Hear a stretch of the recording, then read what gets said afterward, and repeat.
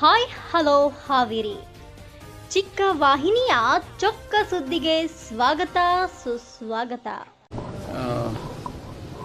Bendigeri police ಠಾಣಾ ಸರ್ಹದ್ನಲ್ಲಿ ನಿನ್ನೆ ಒಂದು ಪ್ರಕರಣ ದಾಖಲಾಗಿದೆ. ಇದರಲ್ಲಿ ಶಿವಪ್ಪ ಅಂತ ನಮ್ಮ ಆಹಾರ ನಿರೀಕ್ಷಕರೇನಿದ್ದಾರೆ ಅವರ ಒಂದು ಫಿರ್ಯಾದ ಮೇಲೆ ಒಟ್ಟು ಸುಮಾರು 49 ಟನ್ ಅಷ್ಟು ಅಕ್ಕಿ, 2 ಲಾರಿಲಿ, ಒಂದು ಲಾರಿಲಿ 30 ಟನ್ ಮತ್ತು ಇನ್ನೊಂದು ಲಾರಿಲಿ 19 ಟನ್ ಸೇರಿದಂತೆ ಒಟ್ಟು 49 ಟನ್ ಅಕ್ಕಿ ಇದ್ದದ್ದು ನಾವು ಒಂದು ಪ್ರಕರಣವನ್ನು ಮಾಡಿದ್ದೇವೆ. ಇದರಲ್ಲಿ ಶಿವಪ್ಪ ಅನ್ನೋರ ಕಡೆಯಿಂದ ಕಂಪ್ಲೇಂಟ್ ಅನ್ನು ತಗೊಳ್ಳಲಾಗಿದೆ.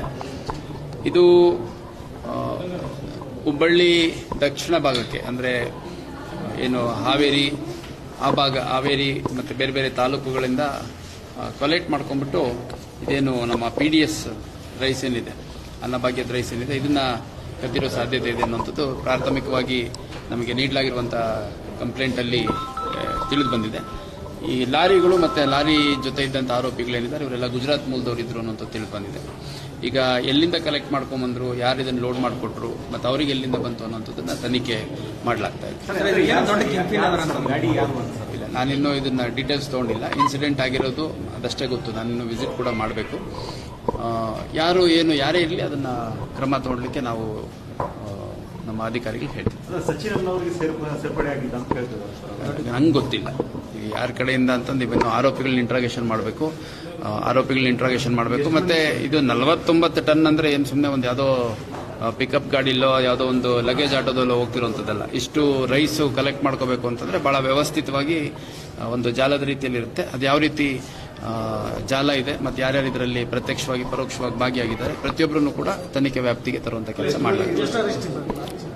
4 ಜನ ನಾವು ವಶಕ್ಕೆ ತಗೊಂಡಿದ್ದೀವಿ. ವಶಕ್ಕೆ ತಗೊಂಡು ವಿಚಾರಣೆ ಮಾಡ್ತೀವಿ. 4 ಜನದ್ದು ಕೂಡ ಭರತ್ ಚಾವ್ಡಾ, ರಾಜು ಚಾವ್ಡಾ, ಅಂದಾಬಾಯಿ ವಕಾದಾರ್ ಮತ್ತು ಜೈರಾಮ್ ಉಗ್ರೇಜಾ ಅಂತ 4 ಜನ ಗುಜರಾತ್ ರಾಜ್ಯದವರಿದ್ದಾರೆ. ಬೇಸಿಕಲಿ ಇವರು ಲಾರಿ ಡ್ರೈವರ್ಗಳು ಮತ್ತು ಲಾರಿ ಡ್ರೈವರ್ ಜೊತೆಗಿದ್ದಂಥವ್ರು. ಎಲ್ಲಿಂದ ಲೋಡ್ ಮಾಡ್ಕೊಂಬಂದ್ರು ಸಂಪೂರ್ಣವಾಗಿ ಎಲ್ಲ ಟೆಕ್ನಿಕಲ್ ಇನ್ವೆಸ್ಟಿಗೇಷನ್ ಮಾಡಿ ಒಂದು ಸಮಗ್ರ ತನಿಖೆ ಮಾಡಿ ಪ್ರತಿಯೊಬ್ಬರು ಯಾರು ಈ ಒಂದು ವ್ಯವಸ್ಥಿತ ಅಕ್ಕಿ ಕಳ್ಳತನ ಪ್ರಕರಣದಲ್ಲಿದ್ದಾರೆ ಅವ್ರನ್ನೆಲ್ಲರನ್ನು ಪತ್ತೆ ಮಾಡಲಾಗಿದೆ.